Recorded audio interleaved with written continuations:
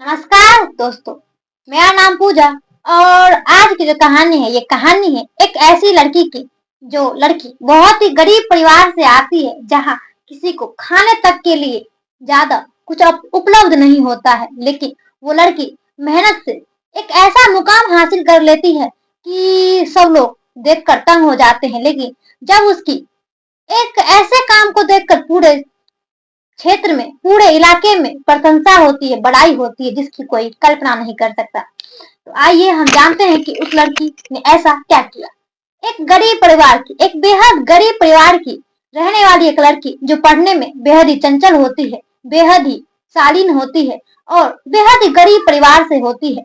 लेकिन माता पिता उसके पढ़ने की लड़कता को देखकर, व्याकुलता को देखकर उसे पढ़ाने लिखाने के लिए अपना मन बना लेते हैं, क्योंकि वो अपने परिवार की एक इकलौती बेटी होती है और गरीब माँ बाप की वो इकलौती लाठी होती है, इकलौती सहारा होती है। इसीलिए माता पिता मजदूरी कर मेहनत करके उस लड़की को पढ़ाते हैं और पढ़ाने के बाद वो लड़की एक ऐसा मुकाम हासिल कर लेती है जिसकी कल्पना वो लड़की खुद भी नहीं करते हैं और उसके माता पिता भी नहीं करते हैं। वो लड़की हमेशा अपने माता पिता को बोलती है, पिताजी मुझे पढ़ने दीजिए, क्योंकि हम इस गरीबी में कितने देर रहेंगे, कितने दिनों तक रहेंगे, हम इस गरीबी से मर जाएंगे।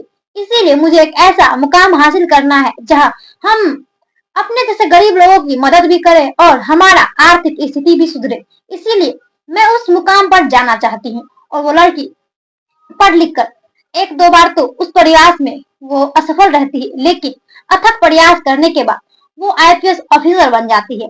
जब वो आईपीएस ऑफिसर बन जाती है तो उसके माता पिता खुशी से झूम उठते हैं, क्योंकि अब वो जान चुके थे कि अब उसे इस गरीबी में नहीं रहना पड़ेगा, इस अभाव में नहीं रहना पड़ेगा। और बेटी ने जो सपना देखा था, बेटी का भी सपना पूरा होगा, क्योंकि बेटी ने यह सपना देखा था कि वो प्रशासन में जाएगी और वहां जाकर वो ऐसी स्थिति को सुधारेगी जहां इस तरह के गरीब लोगों का मदद हो, कल्याण हो और किसी को भी इस तरह से निराश ना होना पड़े। इसीलिए वो लड़की आईपीएस बन जाती है। और आईपीएस जब बन जाती है तो वो ट्रेनिंग के लिए, अब आईपीएस ट्रेनिंग के लिए चली जाती है। जब उसका ट्रेनिंग खत्म होता है, जब ट्रेनिंग खत्म होता है तो वो वापस आती है। तब उसके माता पिता बोलते हैं कि बेटी अब तो तुम बहुत ही सियानी हो चुकी हो, तुम्हारी उम्र अब 32-33 साल हो चुकी है, इसीलिए क्यों ना अब तुम एक अच्छे लड़के को देखकर शादी कर लो, अपना घर परिवार बसा लो। लेकिन वो लड़की बोलती है, नहीं माताजी, नहीं पिताजी, मैं अभी शादी नहीं करूंगी, क्योंकि मैं तो अभी बंद कमरे में पड़ी थी, अब तो मुझे पूरी दुनिया देखनी है। इसीलिए मैं अभी कैसे शादी कर सकती हूँ, क्योंकि आज तक की जो मेरी जिंदगी थी वो तो बस एक बंद कमरे में की थी। इसीलिए मैंने कभी समाज को जाना ही कहा, मैंने समाज को पहचाना ही कहा।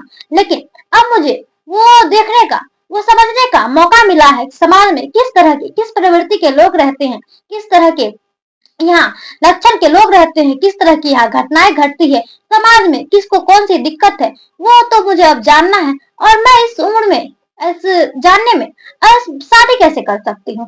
तो माता पिता बहुत समझाते हैं कि नहीं बेटी, अब तुम बहुत ज्यादा सियानी हो चुकी हो, इसलिए तुम्हें अब शादी कर लेनी चाहिए। लेकिन वो लड़की बोलती है, नहीं पिताजी, मुझे अभी शादी नहीं करनी है, मुझे समाज को देखना है, मुझे समाज के तौर तरीकों को देखना है, मुझे यहाँ की स्थिति को देखना है, इसीलिए मैं अभी शादी नहीं करूंगी। तो इस पर उसके माता पिता बोलते हैं, ठीक है बेटी, तुम तो बहुत ही ज्यादा समझदार हो, तुम्हें जो सही लगे, तुम्हारे भविष्य के लिए जो अच्छा है तुम वो करो। और उसके बाद वो जो लड़की होती है जिसका नाम सोनिया होता है, वो अब वहां से चली जाती है।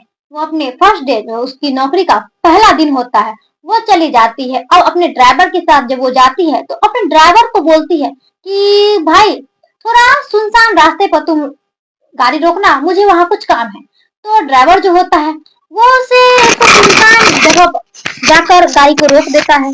जब गाड़ी को रोक देता है तो अब जो ये सोनिया होती है वो एक गेटअप को तैयार करती है, अपनी वेशभूषा को वो बदलती है और ऐसी एक वेशभूषा में आ जाती है तो ड्राइवर भी उसे पहचान नहीं पाता है। दरअसल वो जो होती है वो एक भिखारी का गेटअप ले लेती है, भिखारी का वेशभूषा ले लेती है, उसी की तरह पूरे बाल बिखरे हुए, कपड़े फटे पुराने से और गंदे तंग हाल ऐसे हो जाते हैं। और जब वो आती है अपना वेशभूषा बदलकर तो उस ड्राइवर को बोलती है कि मुझे अब जाके छोड़ दो, क्योंकि अगर तुम वो बोलती है कि इस तरह की मैंने जो वेशभूषा ली है, अगर तुमने किसी को बताई तो तुम्हारी नौकरी खतरे में पड़ सकती है, तुम्हें यहाँ से सस्पेंड कर दिया जाएगा। इसीलिए किसी को इस बात की भनक नहीं लगनी चाहिए कि मैं इस वेशभूषा में एक आईपीएस ऑफिसर है। इसीलिए तुम इस बात की खबर किसी को मत देना कि मैं इस तरह की वेशभूषा में हूँ। और ड्राइवर जो होता है वो भी डर जाता है, उसे भी अपनी नौकरी खोने का डर होता है। इसीलिए वो हाँ में सर हिला देता है कि मैडम मैं किसी को कुछ भी नहीं बताऊंगा। और उसके बाद वो वहां से रवाना हो जाती है, ड्राइवर को बोलती है कि तुम यहीं रहो, मैं अब यहाँ का आगे का रास्ता मैं खुद जाऊंगी। इसीलिए अब वो वहां से चली जाती है और कुछ देर बाद वो भीड़ भाड़ वाले इलाके से होते हुए थाने के पास जाकर पहुंच जाती है और वहां वो गश्त लगाने लगती है, वहां वो टहलने लगती है। वो जो भिखार का रूप में आई होती है, इसीलिए लोग उसे कभी डांटते हैं, फटकारते हैं और कुछ लोग उसे पैसे दे देते हैं। इस तरह से वो थाने के गेट पे कभी इधर से कभी उधर ऐसे जा रही होती है। तो एक कांस्टेबल जब देखता है तो वो बोलता है कि तुम यहाँ क्या कर रही हो, तुम्हें आगे भी भीख मांगने के लिए जाना है, तुम आगे जाओ, यहाँ तुम क्यों गश्त लगा रही हो।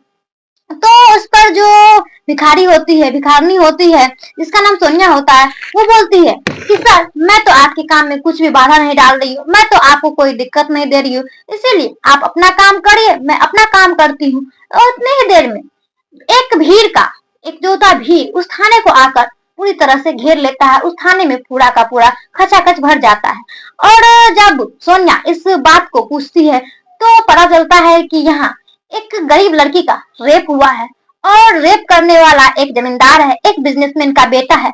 इसीलिए आज यहाँ पर सुनवाई होनी है और बिजनेसमैन का जो बेटा है वो थाने में पैसा भरेगा और इस गरीब लड़की को, इस गरीब परिवार को उसकी इंसाफ की गुहार नहीं लगाने देगी, इसको इंसाफ नहीं मिलेगा।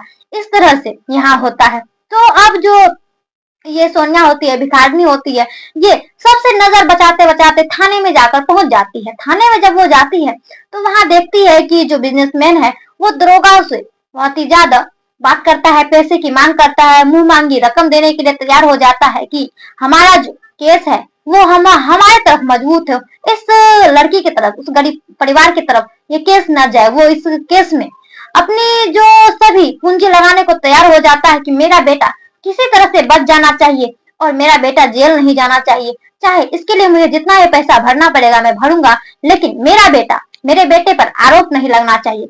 इस तरह से वहां वार्तालाप हो रही थी, बातचीत हो रही थी और ये जो थी सोनिया ये सारा कुछ देख रही थी। लेकिन इसी बीच में एक कांस्टेबल की नजर उस पर पड़ जाती है और कांस्टेबल फिर से बोलता है तुम यहाँ क्या कर रही हो, तुम इस थाने में क्या कर रही हो, तुम यहाँ से जाओ। तो इस पर सोनिया बोलती है सर मैं बहुत ही ज्यादा थक चुकी हूँ, इसीलिए यहाँ आराम कर रही हूँ, आप लोगों का काम भी देख रही हूँ कि किस तरह से आप काम कर रहे हैं, मैंने कभी थाने को नहीं देखा है, इसीलिए मुझे थाने को देखने दीजिए।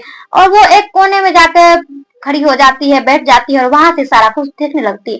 अब जो सारा काम था एक पेड़ के नीचे हो रहा था, जो दरोगा थे वो पेड़ के नीचे बैठे हुए थे और सभी जो दोनों पक्ष के लोग थे वो भी दोनों वही पेड़ के नीचे बैठे हुए थे और दरोगा से यही मांग हो रही थी कि इस आरोपी को, इस दोषी को सजा मिलनी चाहिए और उस गरीब लड़की को इंसाफ मिलना चाहिए।